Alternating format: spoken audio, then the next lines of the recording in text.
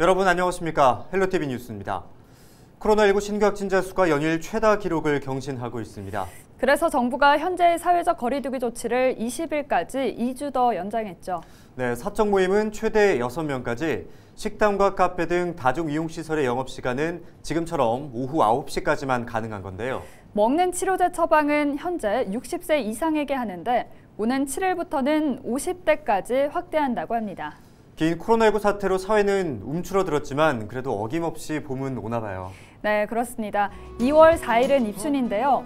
뒤에 사진을 보시면 부산에는 벌써 매화가 꽃망울을 터뜨렸다고 합니다. 혹독한 겨울도 반드시 따뜻한 봄에 자리를 내어주듯 암흑처럼 긴 코로나19의 터널에서도 반드시 빠져나갈 날이 올 겁니다. 희망의 끈을 놓지 않으면서 헬로티비 뉴스 시작합니다.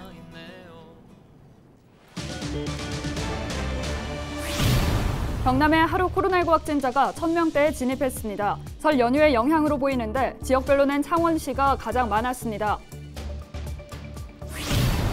정부가 사적 모임 최대 6명과 다중이용시설 영업시간 밤 9시 제한을 오는 20일까지 2주 연장합니다. 명절 이후 공원 묘원에서는 가짜 꽂힌 조화가 환경을 위협하는 골칫거리입니다. 김해시가 전국에서 처음으로 공원 묘원의 플라스틱 조화 반입을 금지했습니다. 창원에서 고양이를 잔혹하게 살해한 혐의로 긴급 체포된 20대 남성 A씨에 대해 법원이 구속영장을 기각했습니다.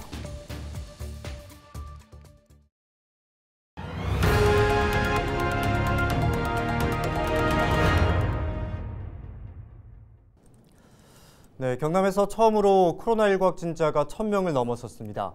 경상남도는 4일 0시 기준 전일 대비 도내 신규 확진자가 1064명이 발생했다고 밝혔습니다. 지역별로는 창원이 416명으로 가장 많았고 이어서 양산 137명, 진주 112명, 김해 111명, 거제 70명 등입니다. 대부분 지역 감염이며 해외 입국 8명도 포함됐습니다. 한편 오미크론 변이 바이러스 발생도 계속 증가하고 있습니다. 3일 오후 6시까지 집계된 자료를 보면 경남 지역의 오미크론 변이 누적 확진자는 951명입니다.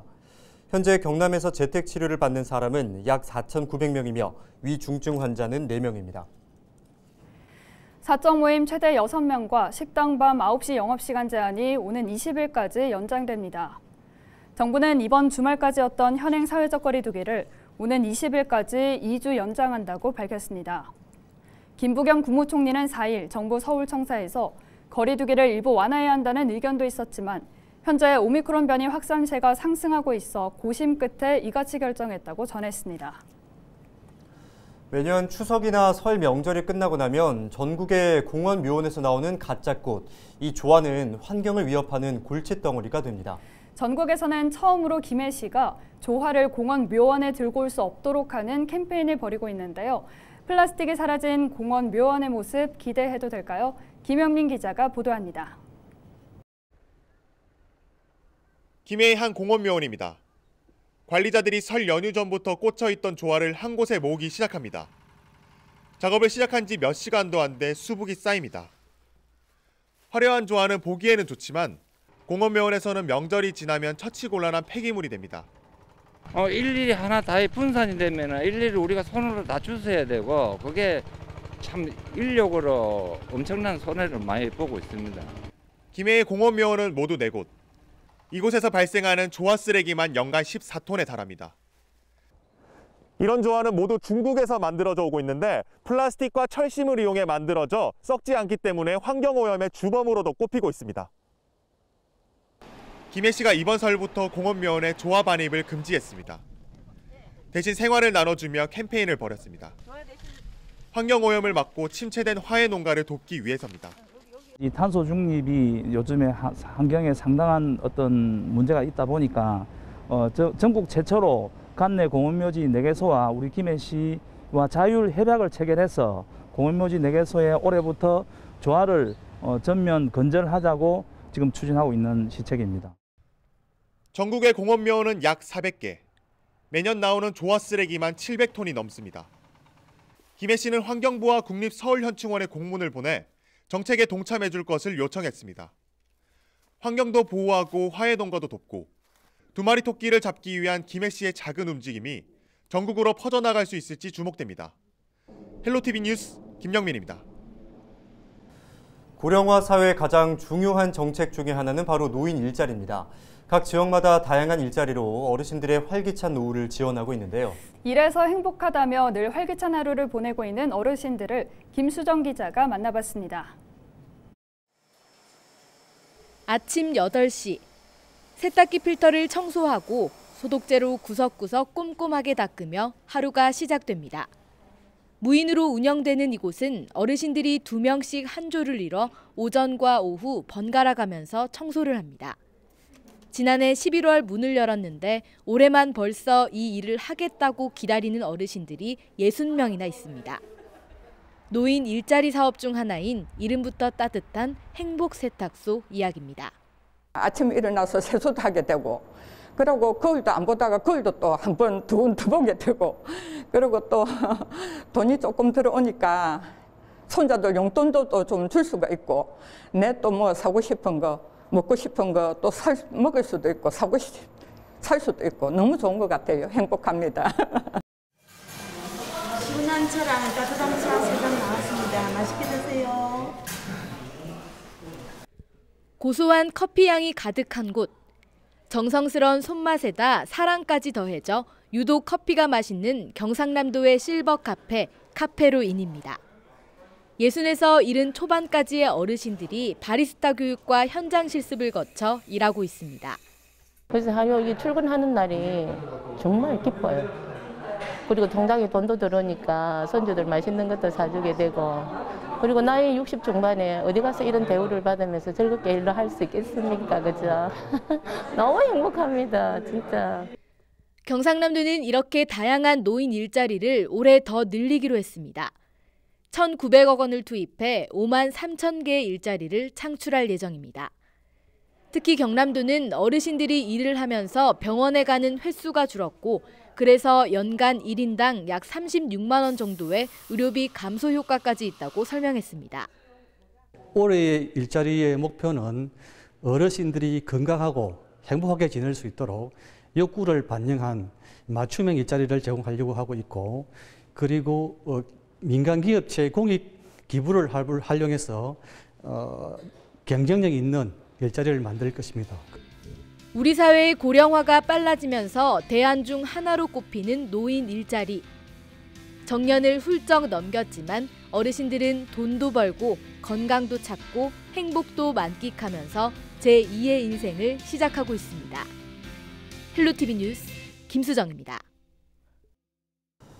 저출산 시대를 맞아 정책도 변하고 있습니다. 그동안 출생에 초점을 맞췄다면 이제는 공공보육 강화로 새롭게 변하고 있는데요. 표현민 기자가 보도합니다. 경남 거제의 육아종합지원센터. 마치 키즈카페에 온 듯 아이들이 친구들과 함께 신나게 뛰어놉니다. 이곳에는 아이들을 위한 놀이체험실을 비롯해 장난감 도서관 등이 운영되고 있습니다. 특히 아이를 잠시 맡기고 급한 일을 볼 수 있는 시간제 보육실은 부모들에게 인기입니다. 가정 양육을 하시다 보면 뭐 병원을 가실 때나 개인적인 급한 사유가 생겼을 때 믿고 맡길 수 있는 시간제 보육이 있다는 것으로 부모님들이 굉장히 만족스러워하고 있습니다.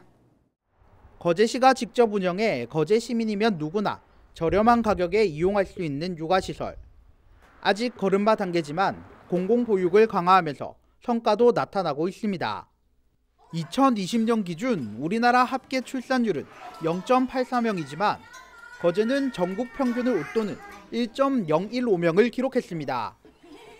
하지만 이 같은 공공보육망은 여전히 부족합니다. 공공보육이 가능한 육아종합지원센터가 있는 곳은 전국 243개의 지방자치단체 중 106곳에 불과합니다. 전문가들은 저출산 극복을 위해서는 기존 출산 중심의 지원 대신 공공보육망을 확대해야 한다고 조언합니다. 자녀 양육의 1차적 책임뿐만 아니라 권리 또한 부모에게 있으므로 부모가 자녀를 잘 키울 수 있도록 지원하자라는 것입니다. 그래서 그런 점에서 이런 보육 쪽으로 조금 초점이 확대된 것은 바람직한 방향이라고 생각합니다. 단순한 출산율 목표에서 나아가 실질적인 육아 지원으로 방향을 튼 저출산 대책. 해마다 줄어드는 출산율을 반등시킬 수 있을지 관심이 쏠리고 있습니다. 헬로티비 뉴스 표영민입니다.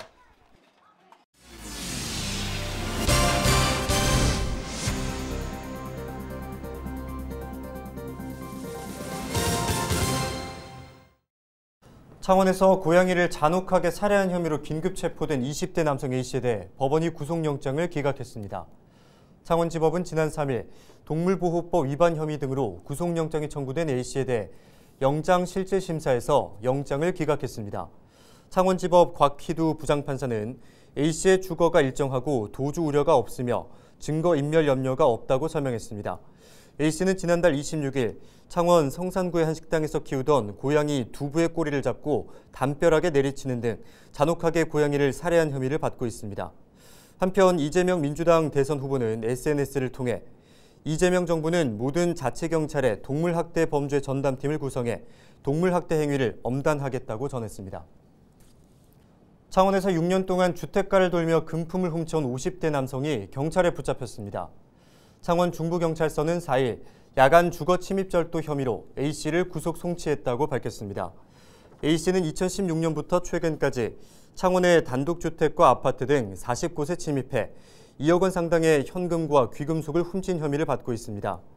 A씨는 불이 꺼져 있는 빈집만 골라 범행을 저질렀습니다. 범행 후에는 경찰의 추격을 따돌리기 위해 자전거와 오토바이를 번갈아 타며 도주한 것으로 알려졌습니다. 경찰은 피해액 2억 원 중 3,500만 원을 회수하고 장물을 처분한 내역 등을 수사하고 있습니다. 마산 지역 예술인과 시민이 예술로 소통하는 창원 대동제가 오는 15일까지 창동 일원에서 열립니다. 올해로 35회째를 맞은 대동제는 창동 문화예술센터에서 회화, 조각, 사진 등의 작품 전시와 함께 다채로운 예술 공연 등이 열릴 예정입니다. 경남경찰청 고속도로 순찰대 6지구대가 2월 한 달간 지정차로를 위반하는 화물차에 대한 집중 단속을 벌입니다.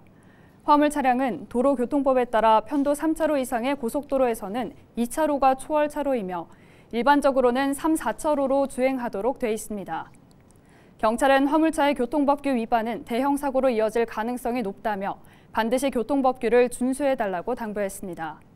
한편 지난해 전국 화물차 등 사업용 차량 관련 사망자는 556명으로 일반 차량에 비해 3배 이상 높은 것으로 나타났습니다. 경남교육청이 공립유치원과 초등학교를 비롯한 특수학교 교사 임용시험 최종 합격자를 발표했습니다. 합격자는 유치원 교사 75명, 초등교사 157명, 특수교사 49명 등으로 모두 281명입니다. 최종 합격자는 도교육청 홈페이지에서 확인할 수 있습니다. 최종 합격자는 직무연수 이후 신규 교사로 임용될 예정입니다. 함안군이 내일을 만드는 함안 청년 창업가 사업 참가자를 모집합니다. 지원 자격은 창업에 관심이 있는 19세에서 45세 청년으로 군에서 지원하는 창업 아카데미를 수료해야 합니다. 신청은 오는 11일까지 네이버 폼에서 가능합니다. 창원에 사는 임신부들이 음식점 할인 혜택을 받을 수 있게 됩니다. 창원시는 임신부를 포함해 8명까지 식사 금액의 10%를 할인해주는 임신부 할인 음식점을 운영한다고 밝혔습니다. 모집 대상은 음식점과 카페, 제과점으로 이달 말까지 창원시 보건위생과 위생정책 담당이나 창원시 외식업 지부에서 신청받습니다. 특히 시는 참여하는 음식점에 지정 표지판과 방역 물품 등의 혜택을 준다고 전했습니다. 임신부는 창원에 주소를 두어야 하고 산모수첩이나 신분증 등 증빙 서류가 있으면 혜택을 받습니다. 이르면 다음 달 중에 임신부 할인 음식점이 운영될 예정입니다. 창녕군이 기후위기 대응을 위해 경유 차량을 대상으로 매연 감소 사업을 시행합니다. 군은 노후 경유차 조기 폐차와 LPG 화물차 신차 구입, 매연 저감 장치 부착 등 매연 감소 사업에 16억 5천만 원을 투입할 계획입니다. 지원 대상은 배출가스 5등급 경유차와 2005년 이전 배출 허용 기준이 적용된 덤프트럭 등 도로용 3종 건설 기계 등입니다. 이상으로 뉴스를 마칩니다. 함께해 주신 여러분 고맙습니다.